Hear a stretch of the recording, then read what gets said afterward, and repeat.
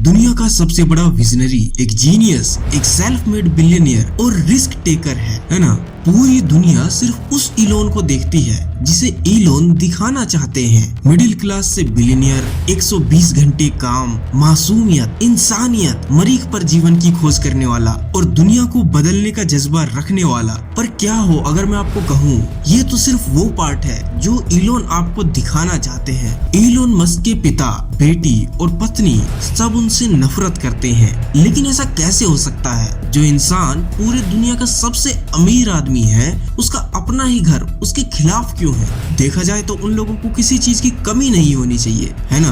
काश। ये तो रही घर की बात। घर के लोग भले ही इलोन को पसंद ना करें, लेकिन उनके कंपनीज में तो लोगों को करना ही चाहिए ना, क्योंकि इलोन मस्क तो सबके हीरो है। लेकिन अफसोस ये भी सच नहीं है। टेस्ला और स्पेसएक्स में लेबर से हार्ड वर्क करवाया जाता है और इनकी कंपनीज पर सेक्सुअल हैरेसमेंट के केस भी दर्ज है।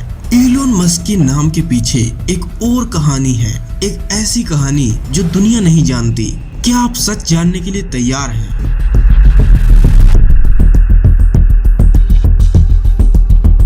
जब मस्क सिर्फ 8 साल के थे, तब उनके पेरेंट्स का डाइवोर्स हो गया। इलोन अपनी माँ और सिबलिंग्स के साथ अलग रहने लगे थे, लेकिन उनसे अपने पिता का अकेलापन देखा नहीं गया।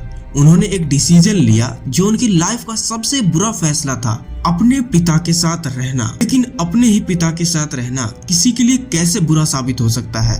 दरअसल एरोल मस्क, इलोन मस्क के फादर, एक काफी गुस्से वाले और डोमिनेटिंग इंसान थे। इलोन की माँ मे मस्क बताती है कि एरोल एक हाईली अब्यूजिव पर्सन थे।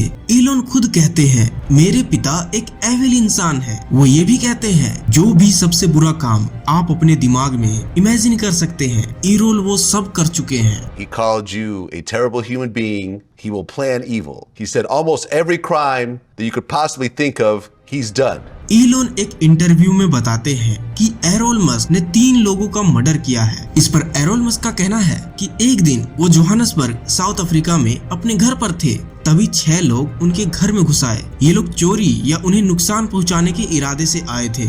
एरोल कहते हैं उनके पास लाइसेंस्ड गन थी और उन्होंने अपनी और अपने परिवार की सुरक्षा के लिए गोली चला दी। इस गोली से 3 लोगों की मौत हो गई। बाद में एरोल ने कोर्ट में सफाई देते हुए कहा कि उन्होंने सेल्फ डिफेंस में गोलियां चलाई थी। कोर्ट ने भी उनकी बात को मान लिया और उन्हें बिना किसी सजा के रिहा कर दिया। मस्क और उनके पिता के बीच कभी अच्छा रिश्ता नहीं रहा। इलोन ने अपने पिता को सिर्फ एंगर और क्रुएलिटी में ही देखा। इसी वजह से जब एक रिपोर्टर ने इलोन से उनके फादर के बारे में पूछा, तो इलोन ने ये कहा, Okay, well, so you didn't have a happy childhood. It was very violent. आपने नोटिस किया होगा, इलोन मस्क हमेशा ये कहकर अपनी बात बताते हैं कि वो एक मिडिल क्लास परिवार से थे। इलोन और किम्बल मस्क जब अपनी पहली कंपनी जिप2 की शुरुआत करते हैं, तो उनके पास अच्छा ऑफिस लेने का पैसा नहीं था। इलोन और उनके भाई किम्बल मस्क एक ही कंप्यूटर पर अपनी कंपनी का इकोसिस्टम रन करते थे। हफ्ते के 7 दिन और 24 घंटे काम करते थे। I had no money whatsoever and I decided to start the company. I had no money. I had nothing. I had no income source.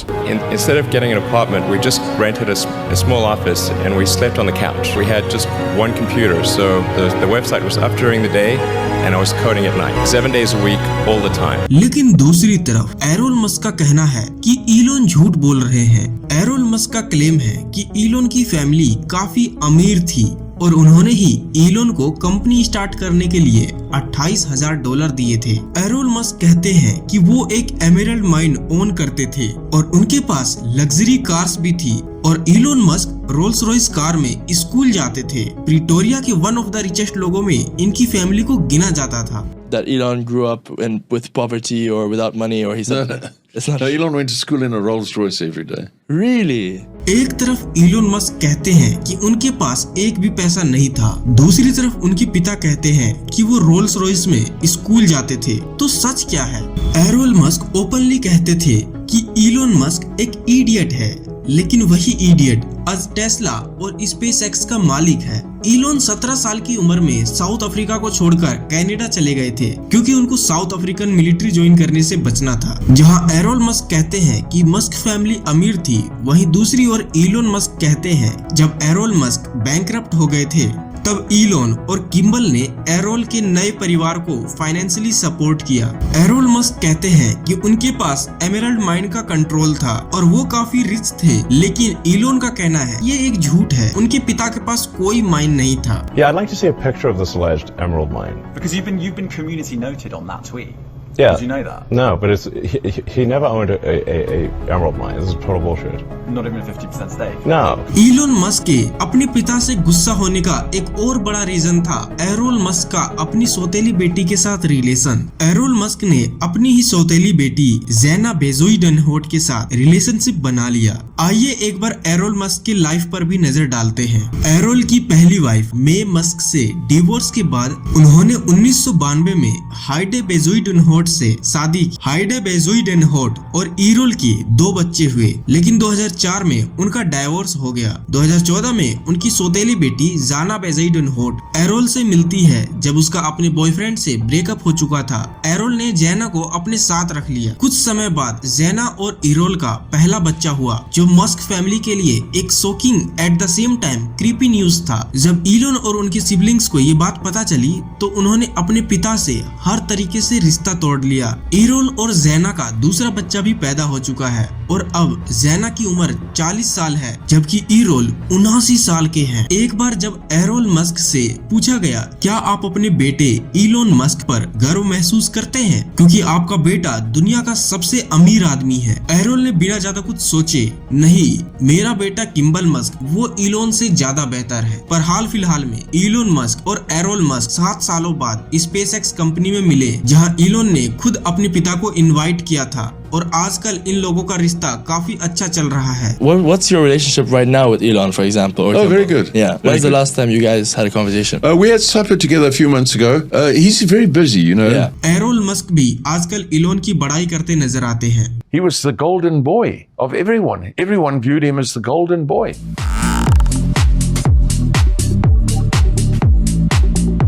जब ईलोन मस्क कॉलेज में थे तब उन्हें जस्टिन विल्सन नाम की एक लड़की पसंद आई।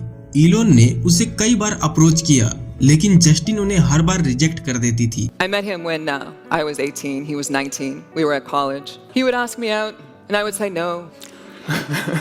And he would call me up again and he would ask me out and I would say no. And it went on like this until we ended up living together. लेकिन धीरे धीरे Justin ने ईलोन को accept कर लिया और दोनों एक सीरियस रिलेशनशिप में आ गए। साल 2000 में ईलोन और जस्टिन ने शादी कर ली। 8 साल तक दोनों साथ रहे। उनके 6 बच्चे हुए, लेकिन एक बच्चा पैदा होने के कुछ ही दिन बाद गुजर गया।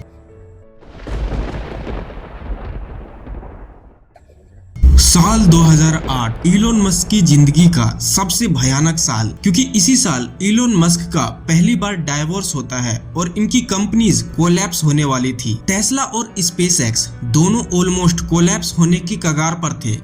Maybe $30 million left, or $30 or $40 million left in 2008. I had 2 choices. I could put it all into one company, and then the other company would definitely die, or split it between the 2 companies. Elon extremely irritated रहते थे और इससे उनका personal life भी affect होने लगा। एक दिन ईलोन ने जस्टिन को डाइवोर्स पेपर दिया और उन्हें खुद से दूर कर दिया। जस्टिन ने बाद में क्लेम किया कि ईलोन इमोशनली डिस्टेंट हो गए थे और उन्होंने रिलेशनशिप को बिजनेस की तरह ट्रीट किया। 2 साल बाद 2010 में ईलोन ने दूसरी शादी की, तालुला रिले, एक ब्रिटिश एक्ट्रेस के साथ। सिर्फ 2 साल बाद 2012 में उनका डाइवोर्स हो गया। 2013 में फिर ईलोन और तालुला ने दोबारा शादी कर ली, लेकिन 2016 में उनका फिर से डाइवोर्स हो गया। एक ही इंसान से 2 बार शादी और 2 बार डाइवोर्स, क्या ये मोहब्बत था या बस ईलोन की कंट्रोल करने का नया तरीका? फिर मई 2018 ईलोन मस्क ने सिंगर ग्राइम को डेट करना शुरू किया। मई 2020 ईलोन और ग्राइम्स का पहला बच्चा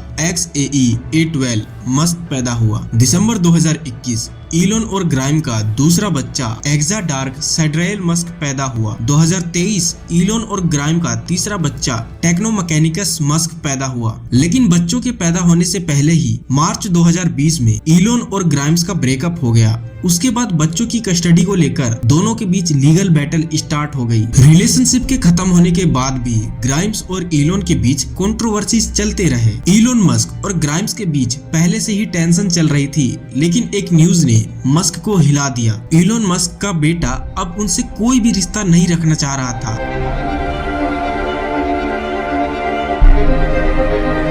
इलोन मस्क और जस्टिन मस्क के 6 बच्चों में से एक था जेवियर मस्क और इलोन उसे बिल्कुल भी पसंद नहीं करते थे, ऐसा जेवियर का कहना था। इसका कारण ये था कि जेवियर मस्क बचपन से ही लड़कियों वाले शौक रखता था और आवाज से एक ट्रांसजेंडर के तरह साउंड करता था। इलोन इस बात से काफी हद तक परेशान थे और उन्होंने जेवियर को हमेशा फोर्स किया कि वो अपनी आवाज भारी करे और मर्दों जैसा बिहेव करे, पर जेवियर को अंदर से लड़की जैसा महसूस होता था। जब जेवियर 18 साल का हुआ, उसने इलोन को बिना बताए अपना जेंडर चेंज करवा लिया। जैसे ही इलोन को ये बात पता चली, उनका गुस्सा 7वें आसमान पर था। इलोन ने जेवियर को साफ साफ कह दिया कि वो उनके लिए मर चुका है। So my son Xavier is dead, killed by the woke mind virus. Xavier Musk ने अपना नाम बदलकर विवियन जेना विल्सन रख लिया और इलोन से सारे रिश्ते तोड़ लिए। विवियन ने इलोन के अगेंस्ट कोर्ट में केस फाइल कर दिया ताकि इलोन उससे कोई भी संबंध ना रखे। I no longer live with or wish to be related to my biological father in any way, shape or form. Elon Musk ने इस इशू को वोक माइंड वायरस कहा और बाइडेन से इस पर कंट्रोल लगाने की मांग की। So I vowed to destroy the woke mind virus after that. लेकिन बाइडेन ने इसको रोकने के बजाय उल्टा इलोन मस्क से ही पंगा ले लिया। बाइडेन ने दुनिया के सभी इलेक्ट्रिक कार सीईओज को एक समिट में बुलाया था, लेकिन टेस्ला के मालिक इलोन मस्क को इनवाइट नहीं किया, जबकि टेस्ला विश्व की सबसे बड़ी इलेक्ट्रिक कार मैन्युफैक्चरर है। ये सरासर इलोन की बेइज्जती थी। He invited all the electric car makers to the White House. Invited all the car makers except Tesla. इस इंसिडेंट की वजह से इलोन मस्क ने पॉलिटिक्स में आने का सोच लिया और ठान लिया जो बाइडेन और कमाला हैरिस को वो किसी भी कीमत पर जीतने नहीं देंगे।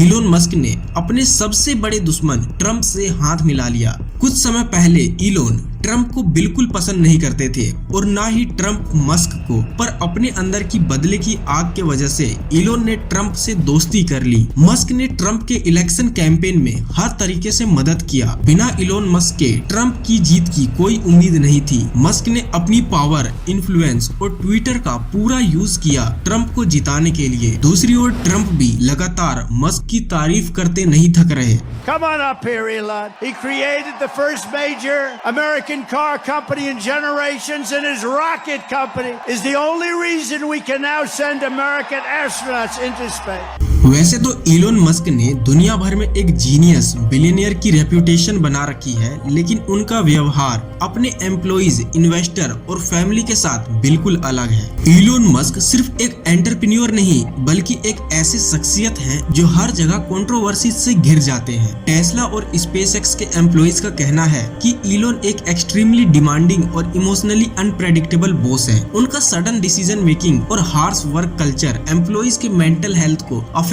करता है। कई एम्प्लॉइज ने टेस्ला और स्पेसएक्स के अगेंस्ट हैरेसमेंट और टॉक्सिक वर्क एनवायरनमेंट के कंप्लेंट फाइल किए हैं। इलोन मस्क कई बार लीगल ट्रबल में भी फंसे हैं। सिक्योरिटीज एंड एक्सचेंज कमीशन ने उनके ट्वीट के वजह से उन पे केस भी किया था। टेस्ला शेयर होल्डर्स और इन्वेस्टर के साथ भी उनका रिलेशन हमेशा कंट्रोवर्शियल रहे हैं। इलोन खुद मानते हैं कि उनका मेंटल हेल्थ उनकी लाइफ और उनका वर्क लाइफ बैलेंस को अफेक्ट करता है। बहुत बार उन्होंने अपने ट्वीट्स और इंटरव्यूज में कहा है कि उनको सीवियर स्ट्रेस और डिप्रेशन होता है।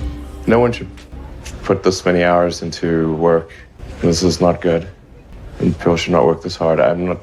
They should not do this. It's very painful. Painful in what sense?